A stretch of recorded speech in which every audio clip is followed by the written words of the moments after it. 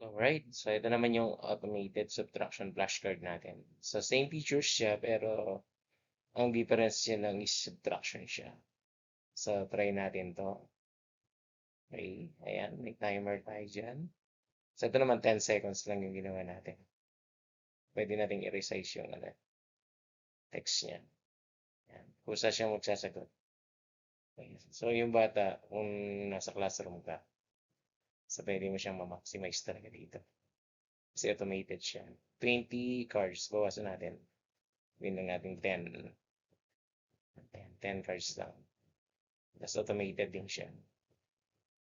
Okay, ayan. So sa baba niyan, actually may score yan eh. May nakalagay dyan.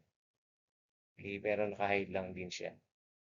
So ayan. So please share this para makatulong tayo sa mga learners natin, sa mga co-teachers natin, no?